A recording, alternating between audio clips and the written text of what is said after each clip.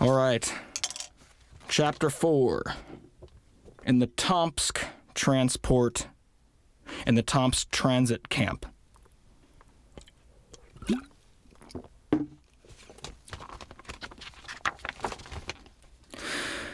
According to the Ogpu and the Siblog, the masses of deportees sent to Western Siberia as part of Heinrich Yagoda's grandiose plan were supposed to pass through 3 transit camps before being transferred by river to places of residence assigned to them.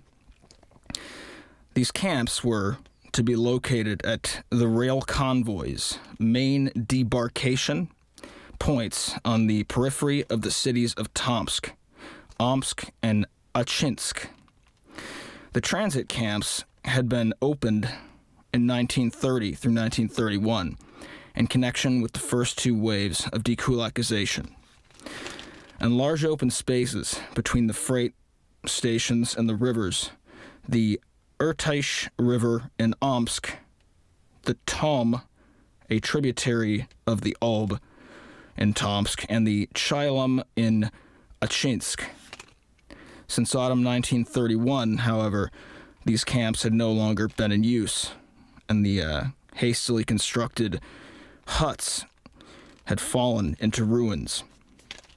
Here we will examine chiefly the Tomsk transit camp, by far the largest in the region and the one to which were sent, toward the middle of May 1933, the convoys of deportees later marooned on the island of Nazino. Just one quick interjection. The island of Nazino is Cannibal Island, and we will find out why it's called that in just a moment.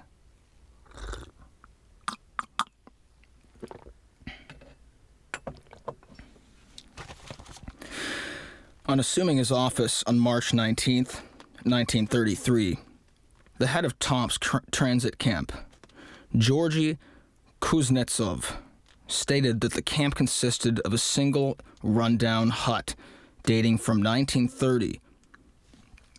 All the other huts, half demolished, were unsuitable for lodging anyone. On March 20th, Alexeyev, the Ogpu's plenipotentiary representative for Western Siberia, visited the camp and ordered that within 6 weeks, huts for 8,000 persons should be built, with 7,000 additional persons to be sheltered under tents. A sum of 172,000 rubles was allocated. It was planned that in 3 months, from May to July 1933, about 350,000 people would pass through the Tomsk camp, 4,000 deportees leaving every day for their final settlement site. As the Siblog's chief, Gorchkov told Berman, the head of the Gulag, in a telegram dated April 7th, "Given the size of the groups to be dealt with, all the operations must be perfectly coordinated in order to avoid bottlenecks. The calendar depended on 2 factors: the construction of the huts, which could not be completed before May 1, and the breakup of the ice on the Siberian rivers, which, according to the data provided by the Regional Meteorological Center, would begin toward the end of April. The convoys of deportees to be sent by river to the commandanturas could therefore begin starting May 8. Hence, it was desirable that the convoys not arrive at the transit camp before the beginning of May, as was, moreover, assumed in the plan worked out by the Ogpu's Department of Transportation, in order to guarantee a fluid evacuation of the contingents. Gorchkov emphasized that up until this point, we have not yet received from Moscow any precise data telling us when and where the convoys would arrive and how many persons we will have to receive in the transit camp. This prevents us from giving the Rechflot river fleet precise instructions regarding the transportation on the special settlers. The absence of the reliable and regularly received information threatens the whole deportation plan. A week later, the head of the Siblog sent another telegram to Berman.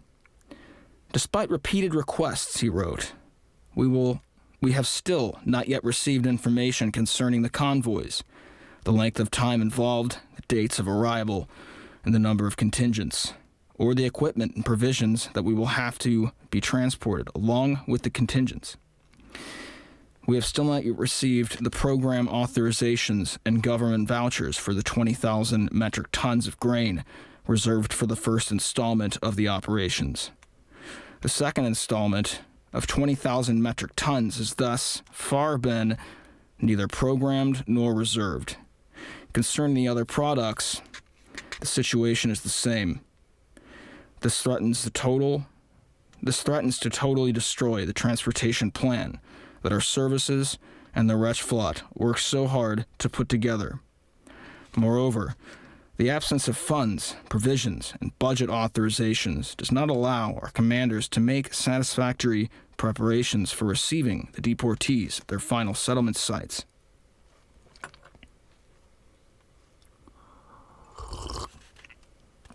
In the meantime, beginning on April 9, the first convoy of deportees began flooding into the Tomsk transit camp. The construction of the hunts was far from finished. A food supply system for the camp had not yet been organized, and no dispatch to the final settlement sites could for the time being take place, since the rivers were not yet navigable. In 3 weeks, from April 9 to April 30, more than 25,000 deportees were set down at Tomsk. Coming from Ukraine, the North Caucasus, and the Volga regions, the resorts on the Black Sea, and from Moscow and Leningrad. According to the camp authorities, 3/4 of these deportees were rural elements, kulaks, individual peasants, and kolkhosians, who had been sabotaging the construction of collectivized farming. The rest consisting of criminal elements and déclassés from the cities. However, local and regional officials reports regarding the states of contingents, say the contingents coming from Ukraine, the North Caucasus, and the Volga regions, all of which were ravaged by famine, point to a very different reality. Most of the deportees were starving peasants who had been loaded up and sent off in haste, and who, on arrival, were no more than semi-cadavers. The information at our disposal regarding the state of health of the contingents disembarked at Tomsk and the Omsk between April 18th and May 14th. The head of the Siblog reported to Moscow, continues to be alarming. The convoys were sent without the slightest consultation or planning. They consist, in the immense majority, of individuals who have lost a great deal of weight and are suffering from acute gastrointestinal problems. We have already seen a certain number of cases of typhus. On the way, the contingents rarely received any hot meals. There was no boiled water. At the embarkation points, the contingents were not subjected to thorough hygienic measures, which explains the enormous parasite and lice infestations with which they had arrived. In general, the whole organization of transfers, from the outset and along the way, was defective. For example, to the convoy that left Bataisk, North Caucasus, on April 14th, headed for Tomsk, 200 detainees were added in Sochi in the context of the campaign to decongest the prisons. Upon leaving, the latter were given bread sufficient for a 2-week trip at a rate of 400 grams a day.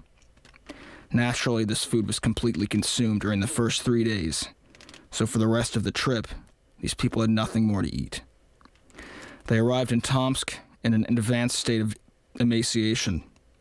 Of the deportees put in the convoy that arrived in Tomsk on May 6th, coming from Kushevka, Middle Volga, 80% were already emaciated when they got on the train. Half of the people who arrived at the destination point in the previously mentioned convoy looked like semi-cadavers, and the vast majority of them had to be immediately hospitalized.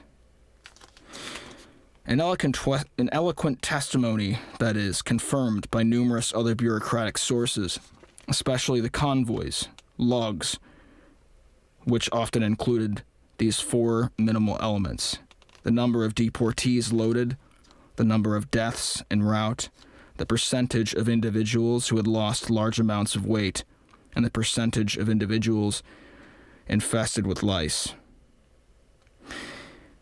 In convoy number 24, which departed from Bataisk and arrived in Tomsk on April 30, there were 62 deaths among the 10-day trip.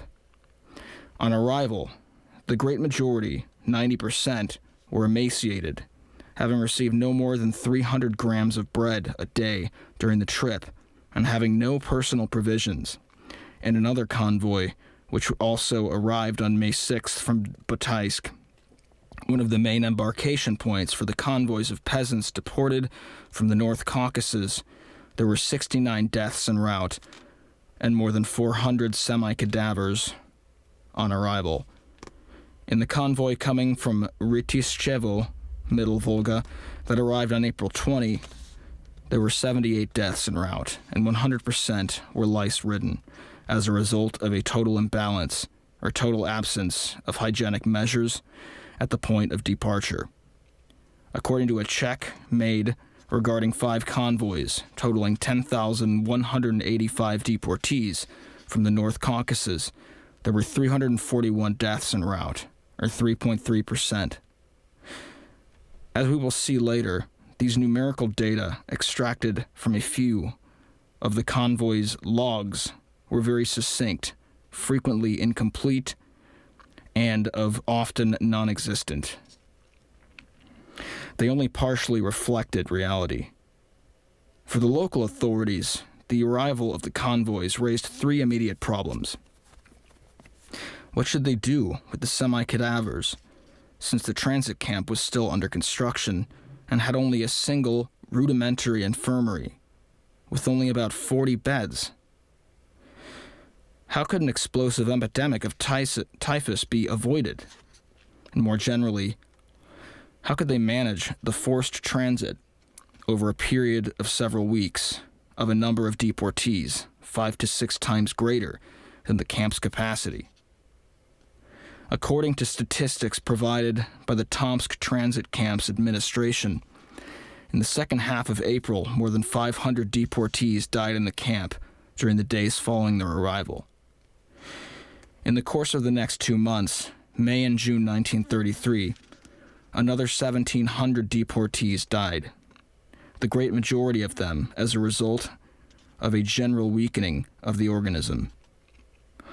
According to the same source, out of a total of 40,698 deportees, 11,788 were listed as ill and received medical attention in the Siblog's healthcare structures established in the Tomsk transit camp, a figure that seems doubtful given what we know about the camp's healthcare structures.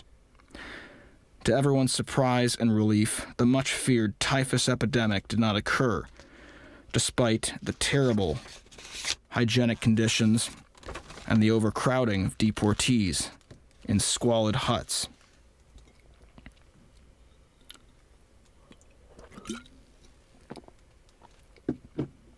A few dozen suspected cases of typhus were promptly quarantined, but the threat remained, and despite the risk that the disease would spread,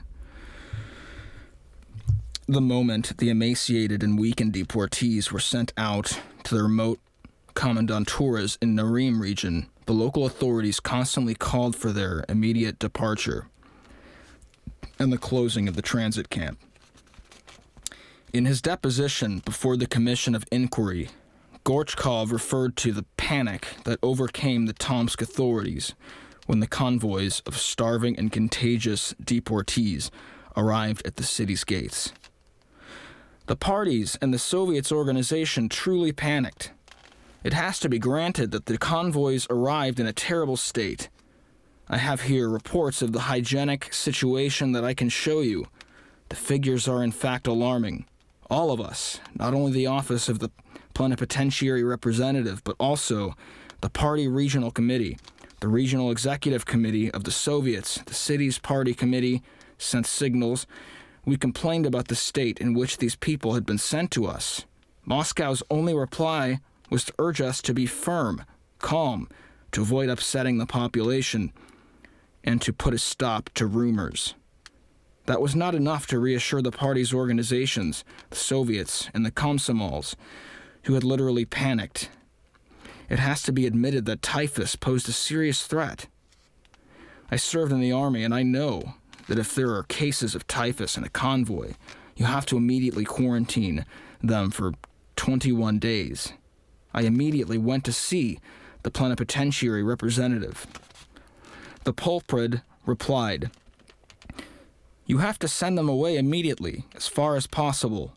New convoys are arriving every day." I went to see the head of the regional executive committee, Comrade Reshkishkov, and asked him, "Do you think we can send out all of these people in the condition they're in, when more than 50 to 60% of them are infested with lice?" The same response from Reshkishkov: "Send out all these elements as soon as possible. We have to get them out of town. We have to free Tomsk." In the meantime, things had come to a standstill. The rivers were not navigable, and the barges promised by the Rechflot were unavailable. But the convoys were coming in with increasing frequency. 1 on April 9, 2 on April 11, 2 on April 20, 3 on April 24, 2 on April 27, 2 on April 29, 2 on April 30. The chaos caused by the concentration of more than 25,000 deportees under very precarious conditions was further aggravated by a telegram from Heinrich Iagoda, dated May 2nd, ordering that a detailed check be made of the 5 convoys that had arrived during the last days of April from the resort areas on the Black Sea, Sochi and Tuapse, as well as from the Caucasian spas of Mineraline, Vody, and Kislovskovoda. Iagoda wrote that the information he had received suggested that cleansing operations in these cities had not been conducted in conformity with the instructions given.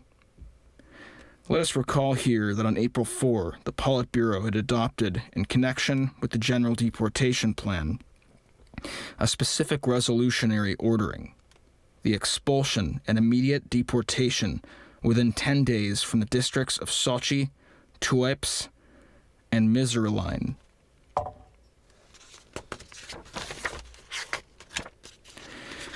Vody, of 5,000 families of counter-revolutionary, parasitic, and déclassé elements who are polluting these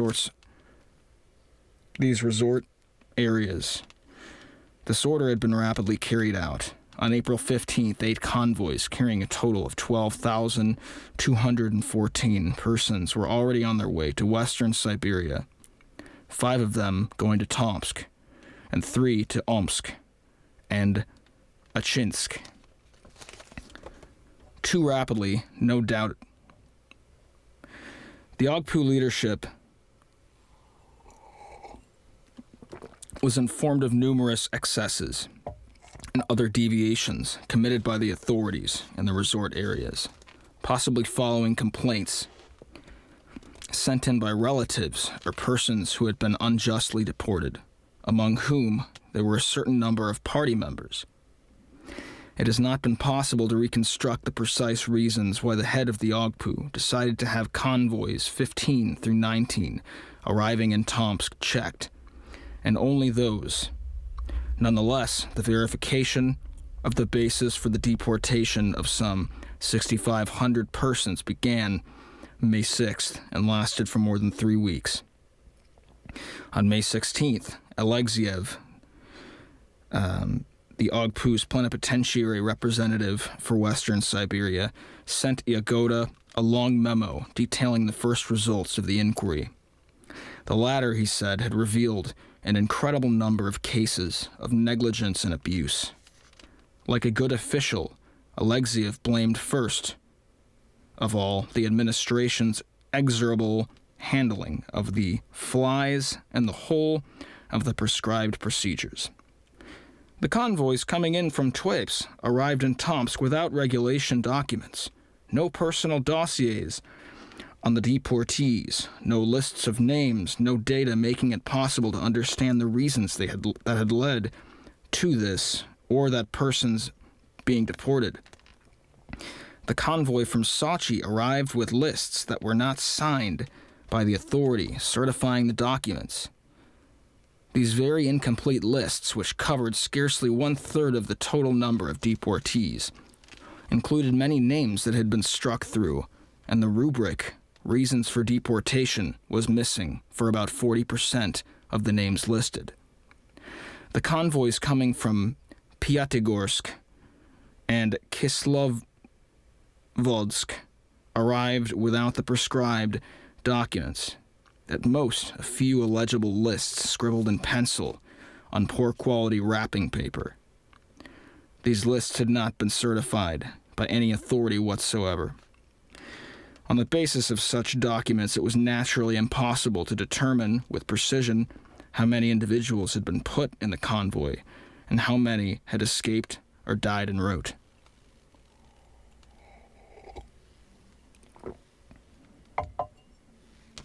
This is an important remark that requires us to view with a certain skepticism the figures quoted above regarding the number of deportees who died during transfer.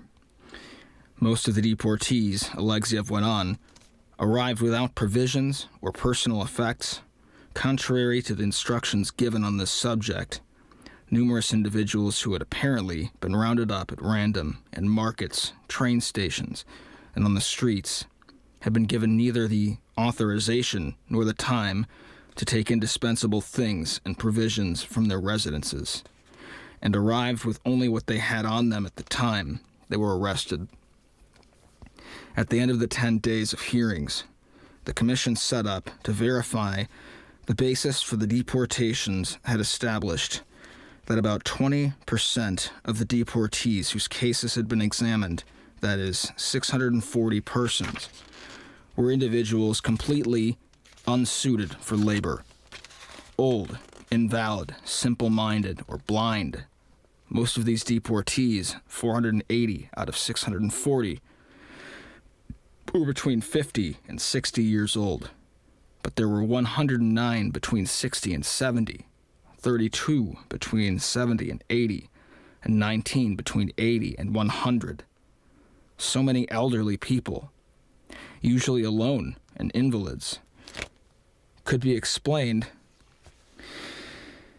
the head of the Ogpu concluded, only by the practice of massive roundups, carried out not only in public places such as train stations and markets, but also in hospices, with a view to relieving themselves of burdens by sending them as far away as possible.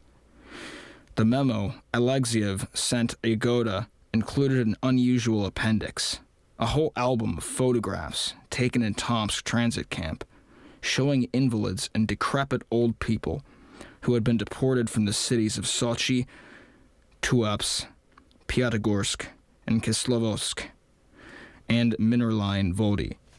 Some of the most emblematic cases mentioned in the file and summed up in a few short annotations or explanations accompanying the photographs are the following.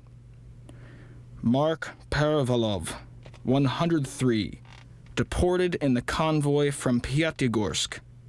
It proved impossible to determine his biography and the circumstances in which he had been taken away. Unable to stand up, completely decrepit, does not speak. That's followed by a photo. Ivadokia Kotaniskova, 85, without family, cannot stand up, half-naked, bedridden, a decomposing semi-cadaver, unable to speak or move, followed by a photo. Elizabeta Zolotareva, 85, without family, unable to move about on her own, was expelled from Kislovodsk on the pretext that she was the former owner of a factory and a prostitute. Followed by a photo. Tatiana Staritskaya, 78, without family, expelled from Sochi as the owner of a revenue-producing building and a person with income not derived from labor. Followed by a photo. So that'd be the equivalent of, like, if I happen to make any money on this, on YouTube, they would come and get me and arrest me and send me away to a labor camp because I read a book instead of did hard labor for the gov. Interesting. Matriona Ermenko, 71, deported from Twapes as a parasitical element, invalid, unable to walk. No photo. Nina Kirch, 74, invalid, deported from Sochi with her son, who is mentally retarded and completely dependent. No photo. Grigory Chikov, 53, blind, a beggar, says he comes from a family of poor peasants, deported from the spa town of Essentuki as a parasitical element. Followed by a photo. Alexia Ostrovenko, 69, invalid, expelled from Pyatigorsk with his wife, also an invalid. Says he works as a caretaker. He and his wife can move about only on crutches. Followed by a photo. Also, anyone on Instagram who's watching right now, feel free to hop over to Periscope just in case the Instagram live thing crashes. I think it only lets me read for an hour and then bounces off. Also, on Periscope, you can find the previous chapters that we've read so far here, so you can catch up in your spare time or put it on in the background. The link to that is in my Instagram bio. Continuing. Elizaveta Chelepova, 91, invalid, deported from Minerline Vodi with her daughter, age 63, also an invalid. Reason, ex-merchant who had always lived on income derived from the exploitation of others. It's incredibly subjective. Photo followed there. Iovelina Pelafalian, 75, deported from Sochi with her deaf-mute son. Reason, merchant living on income derived from the sale of milk from her cow. Photo. Deported with a neighbor who shared the same room in a communal apartment. The neighbor was mistaken for a member of her family. Wow. Miron Korotenko, 76, and his wife, 75. Deported from Minerline Vodi, 90% invalid. Reason, deprived of their civil rights, simulator parasites refusing to work on the collective farm. Photo. This already long list could be extended under the rubric Reasons for Deportation, filled out in haste by the same police officials who had carried out the operations. We find frequently repeated in order to justify the brutal expulsion of invalids and useless individuals, polluting, as contemporary terminology would put it, the resorts, a certain number of cliches, parasitism, income drawn from activity not related to labor, membership in the category of people of the past, former landlords, persons of independent means, officials of the czarist regime, etc.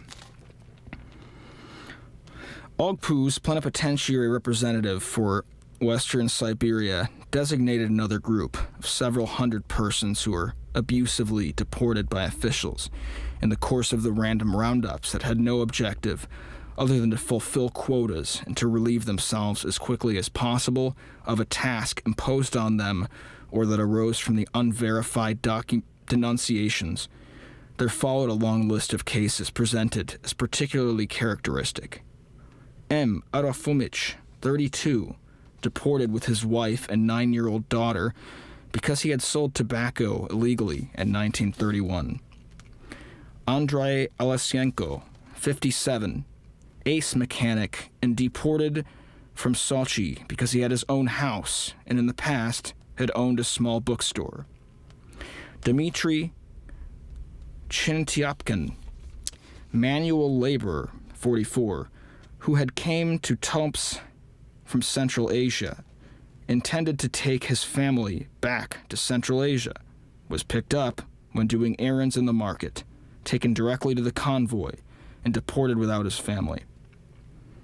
Pyotr Sol, 51, tailor, deported from Sochi. His daughter and son-in-law are party members and in the diplomatic service abroad. Deported because he owned his house. M. Livshitz, 62, retired, deported from Sochi, taught mathematics for 37 years. One of his sons, an engineer in Leningrad, and a party member. The other son is a teacher of mathematics. Deported as a parasitical element. That is incredibly ironic. Maria Lavrikova, 35, waitress in the Riviera Hotel in Sochi. According to her statements, her husband is a battalion commander in Amur province and holds 2 red flag declarations. Deported with her father, age 71, her mother, age 70, and a brother, age 22. Reasons unknown.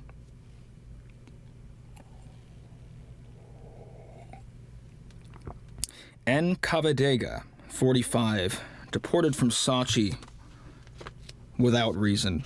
Her husband is a party member. Card number 1646240. At the time of the roundup, she was carrying out a mission for the Central Committee of the Communist Party of Georgia. A. Popova, 30, arrested in Tuapse train station, where she had gone to meet her niece. A. Popova works in the port and cannot in any way be considered a parasitical element. Natalia Barbanova, arrested during a roundup in the Sochi market and immediately put in a departing convoy. N. Barbanova is married to a dock worker. All her requests to be allowed to go home, to notify her husband, to take along 3 children, including an infant, were refused. Several weeks after her arrest, no one in her family knows what has happened to her. The reasons for her arrest are unknown. After considering all hypotheses, Barbanova thinks that she was arrested for having bought a kilo of dolphin fat from a shady character in the market. Evgenia Markovina, 18, deported from Tuapse with her sister, 17, and her 2 brothers, 13 and 5, because her father, who died in 1931, had been a shady operator in the past. The 5-year-old died en route. Since no one was authorized to leave the convoy, the boy's body was thrown out the window. Vera Mirachinichenko, party member, card number 1471366. Rounded up and deported when she went to get things from the apartment of her ex-husband, who was about to be deported as a déclassé element. Despite her protests, Mirochinenko was put on convoy along with her husband and was not authorized to return to her home in order to prove her identity and her membership in the party.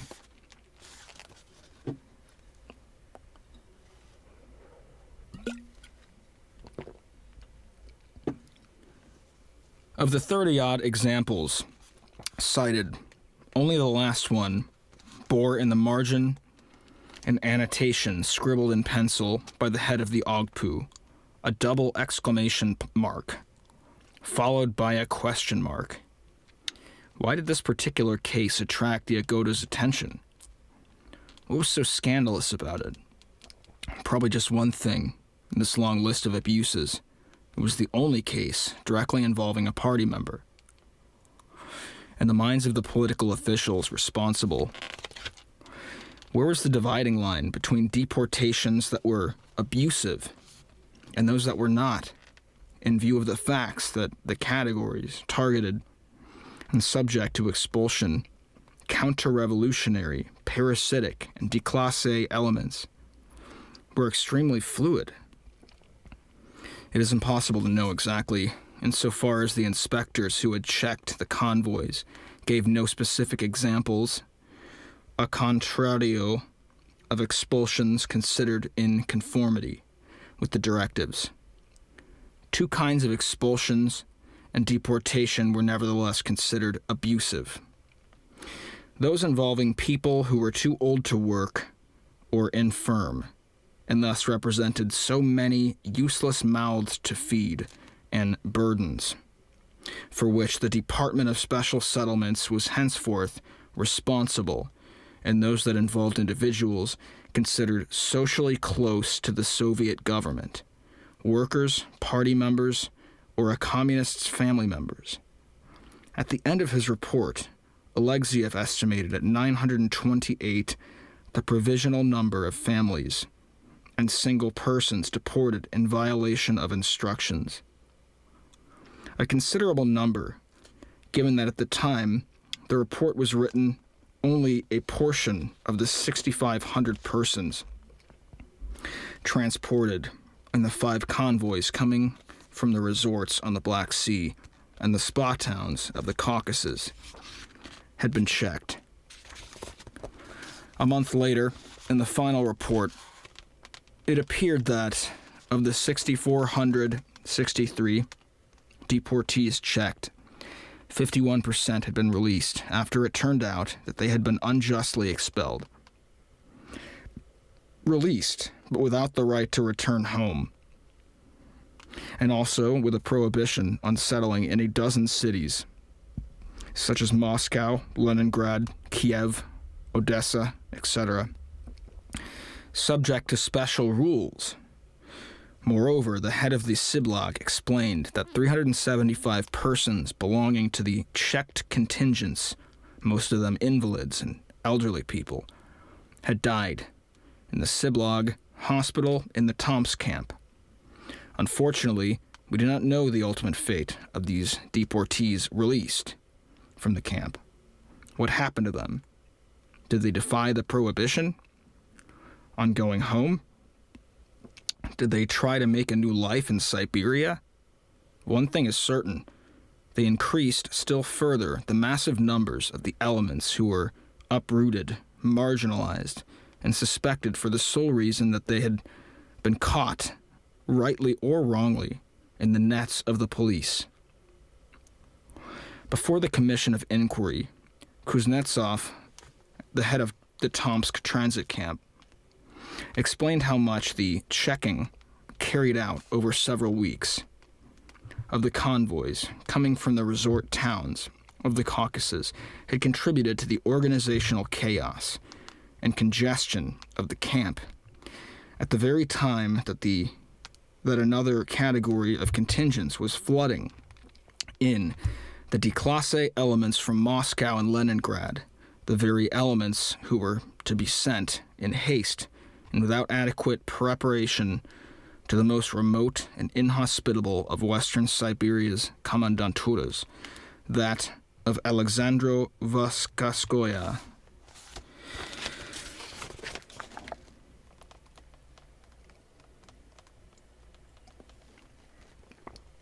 The first convoy, consisting entirely of prisoners sentenced to terms of less than 5 years and deported as work colonists in connection with the campaign to decongest the places of detention, arrived from Moscow on April 18th with 635 persons.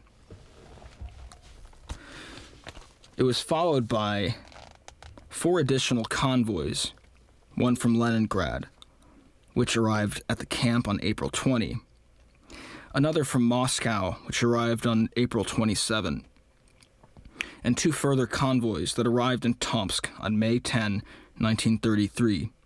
One of the latter had left Leningrad on April 29, and the other had left Moscow on April 30th. In 3 weeks, the transit camp, which was already saturated, received more than 6,000 déclassé elements. Under this rubric, the authorities combined 2 very different categories: common criminals who had already been sentenced and who had been transferred directly from prison, and parasitic elements, vagabonds and beggars living illegally, polluting Moscow and Leningrad, and who had been arrested in police roundups and deported as part of the passportization campaign.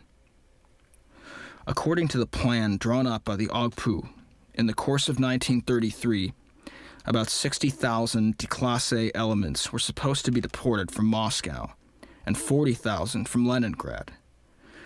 The approximately 8,000 persons who arrived in western Siberia, about 6,000 in Tomsk and 2,000 in Omsk, starting in the second half of April, ahead of the schedule according to the deportation plan, which was supposed to begin in May, constituted in reality the first contingents of a vast operation intended to decongest the prisons and cleanse the cities.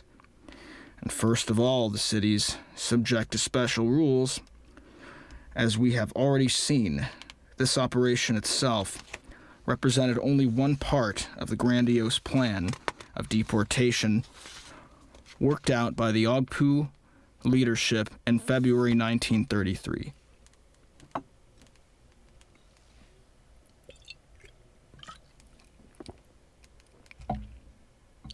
The influx, both earlier and much larger than expected, of these urban déclassé elements at once aroused the greatest concern among the Ogpu's Siberian officials. On May 3rd, Gorchkov sent a telegram to the head of the Gulag, Matvey Berman, in which he expressed the gravest doubts concerning the possibility of adapting and re-educating the urban déclassé elements who had been sent as work colonists to the remote commandanturas of western Siberia. It was an illusion, Gorchkov explained, to think that the same treatment could be applied to kulaks who were used to managing for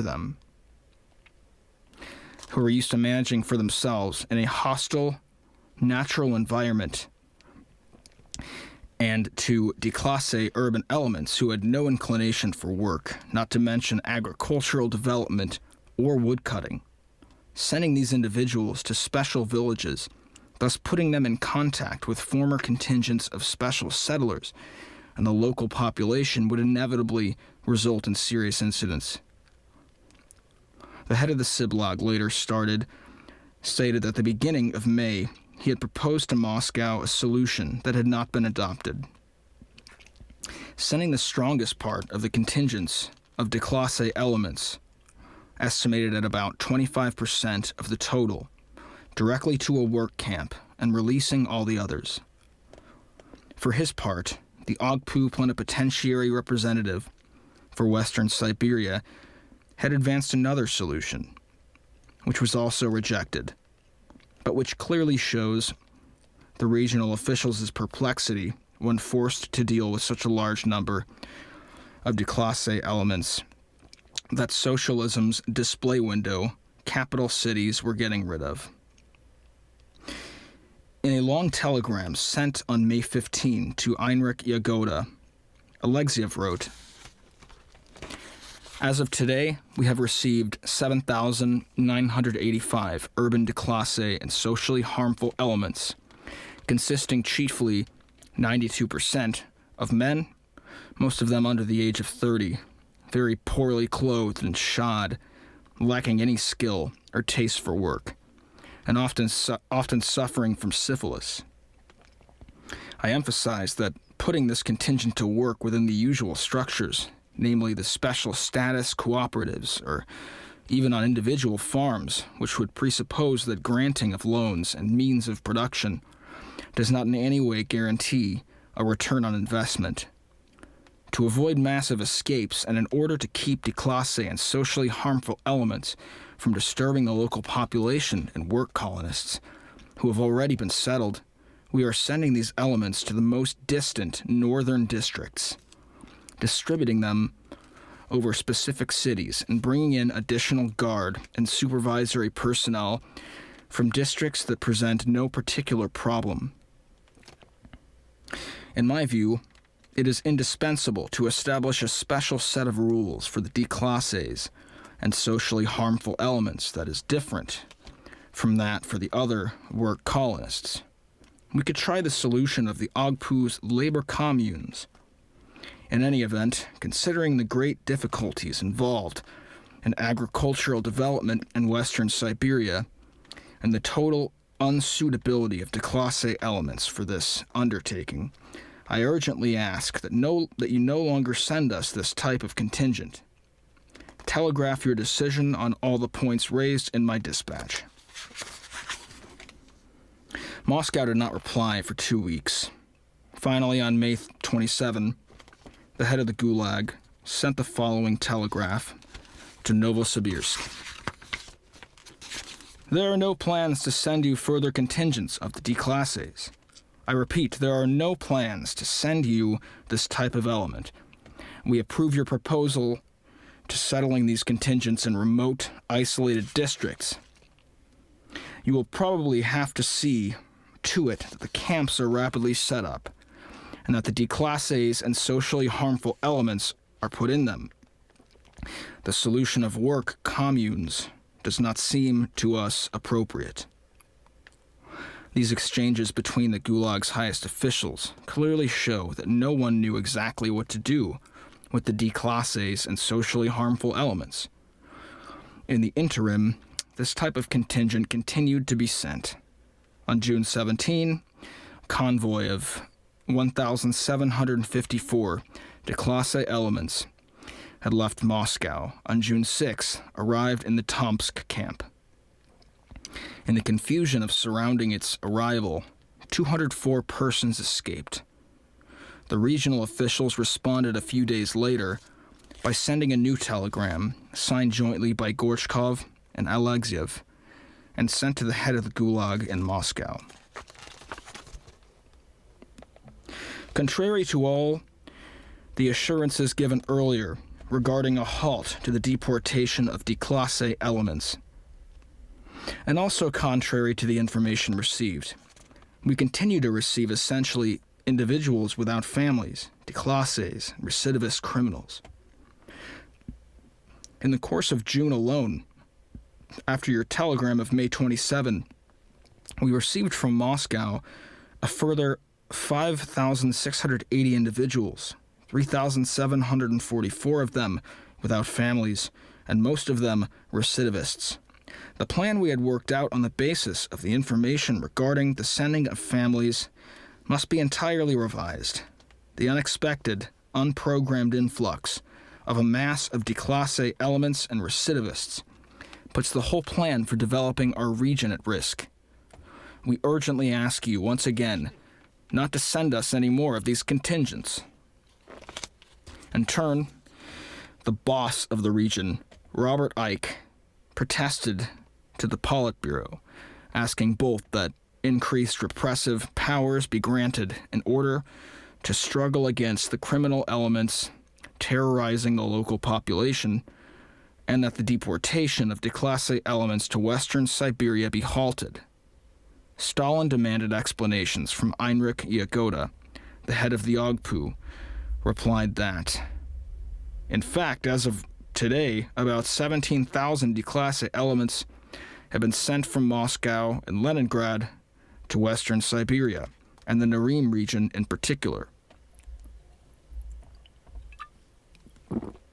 The Ogpu's plenipotentiary representative had chosen to settle these elements in the most remote and isolated districts of the region, that of Alexandro-Vakhovskaya, which extends as far as 1,000 kilometers from Tomsk, and to subject them to increased surveillance while awaiting the imminent opening of camps.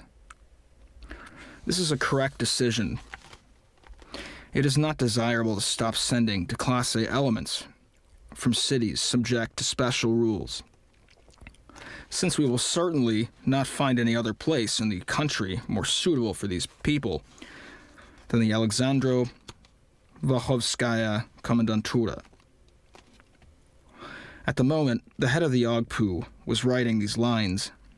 Word of what had happened on the island of Nazino, an incident that local officials had tried to hush up, had just arrived in the head office of the Ogpu's plenipotentiary representative for Western Siberia, but not yet in Moscow.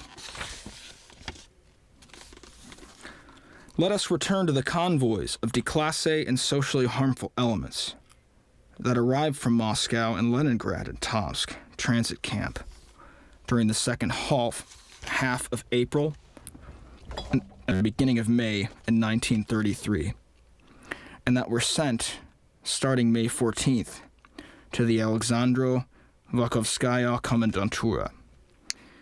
Who were these elements? In what circumstances had they been arrested and then sent to Tomsk? In reality, we have very little reliable, precise information about these people. And there is a reason for that. As the head of the office of the Siblog emphasized in a telegram sent on April 25 to Zaporozhets and the Ogpu's plenipotentiary representative for the Leningrad region. Convoy number 744, coming from Leningrad, arrived in total violation of Directive number 04233 regarding procedures for transporting persons sent to special labor villages.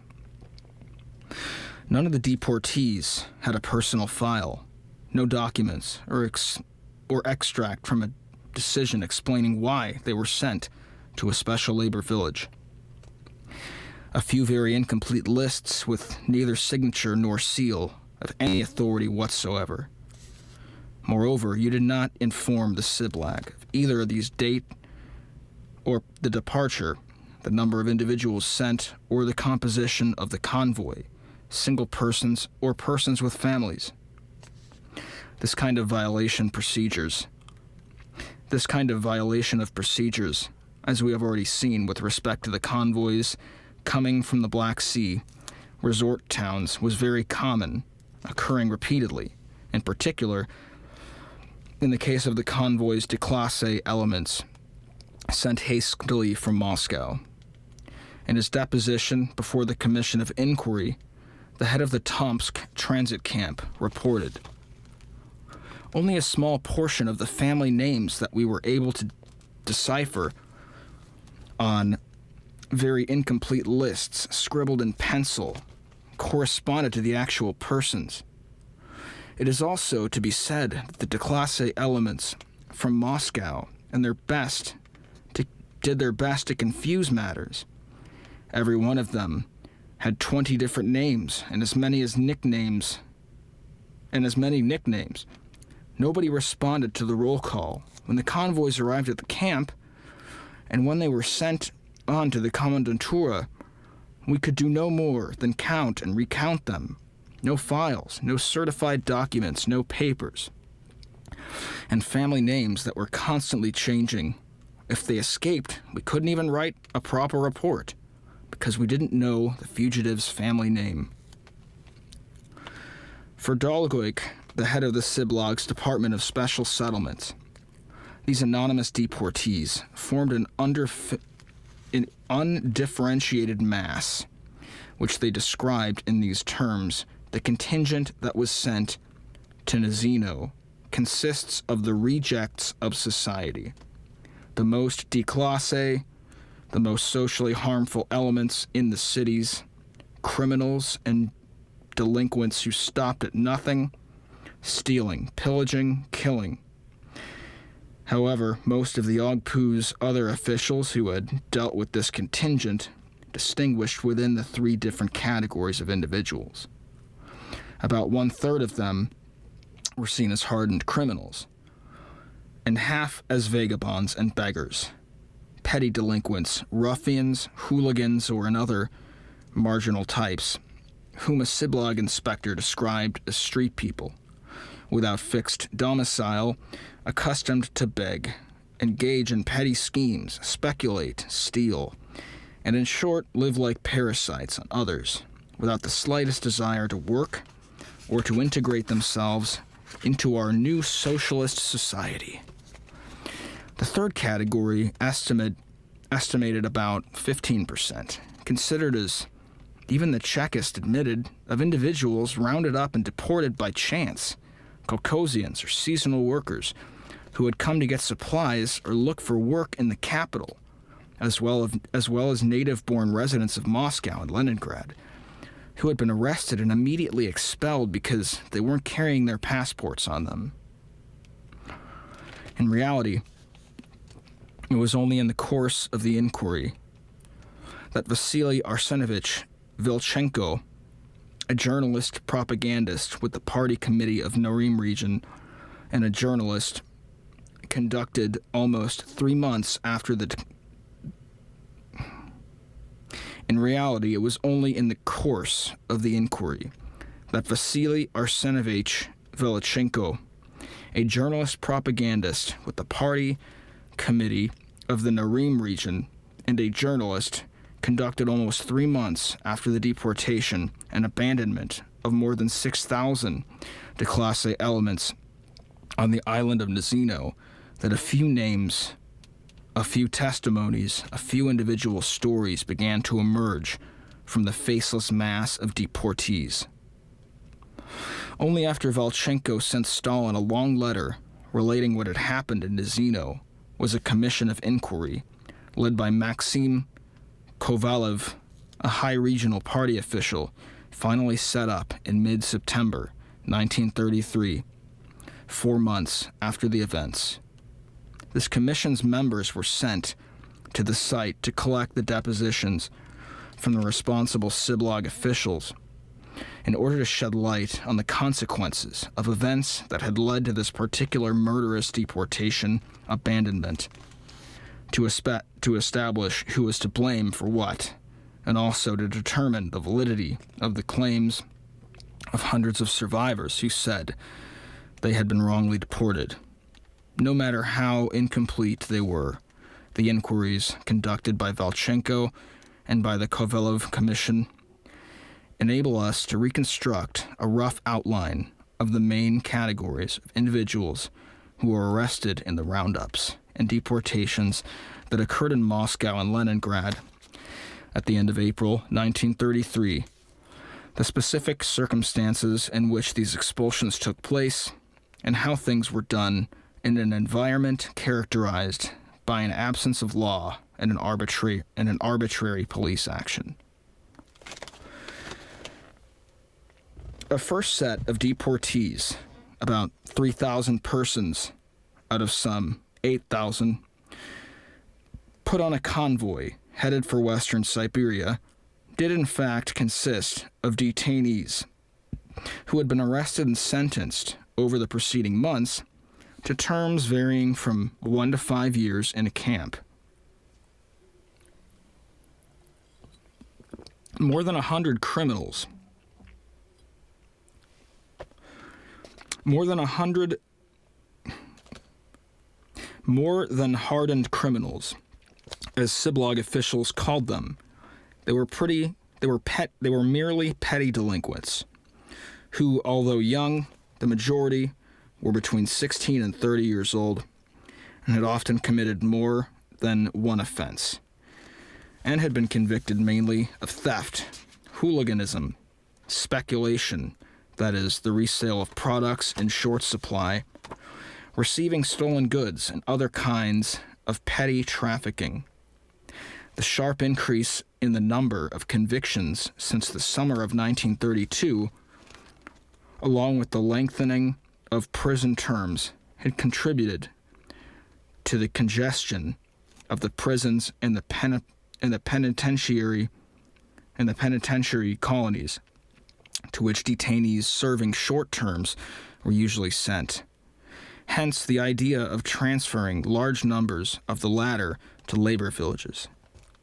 A second and more numerous set of deportees consisted of individuals who had been rounded up by the police for having violated the new passport regulations and the law concerning residence in cities.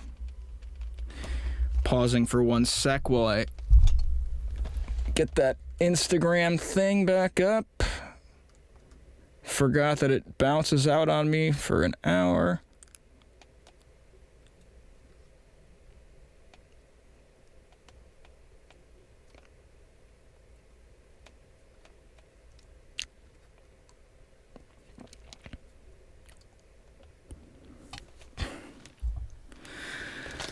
I'll wait just a sec and give you guys some time to hop back in.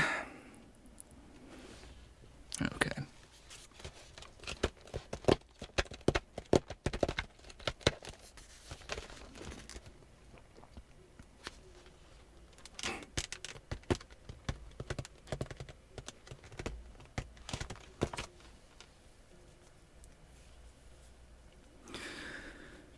Those damn Instagram TV. Welcome to first day on Periscope. Welcome to your first day. Thanks for joining my stream. You are about to be read a book. All right, well, I'm just going to continue because, let's see.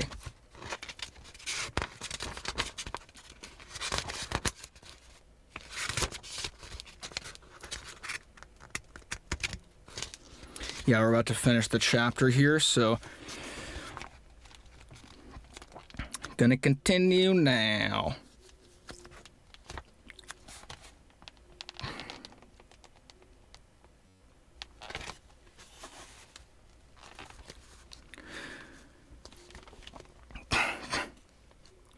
A second and more numerous set of deportees consisted of individuals who had been rounded up by the police for having violated the new passport regulations and the law concerning residence in cities, subject to special rules. Particular targets were homeless persons, beggars, vagabonds, and other déclassés and socially harmful elements. A group whose contours were, as we have seen, vague and fluid. Nevertheless, as it is shown by the 52 examples of abusive and unjustified deportation, the journalist propagandist Valchenko and Kovalev commission mentioned among hundreds of others as being particularly characteristic. The police clearly did not hesitate to arrest and deport individuals whose only offense was to have left their papers at home. Persons traveling through Moscow or Leningrad, and peasants and seasonal workers, even if they had work certificates and other attestations. Anyone without papers in the passportized zones appeared ipso facto suspect and even socially harmful. Considering this memo addressed to the city police, Consider this memo addressed to the city police.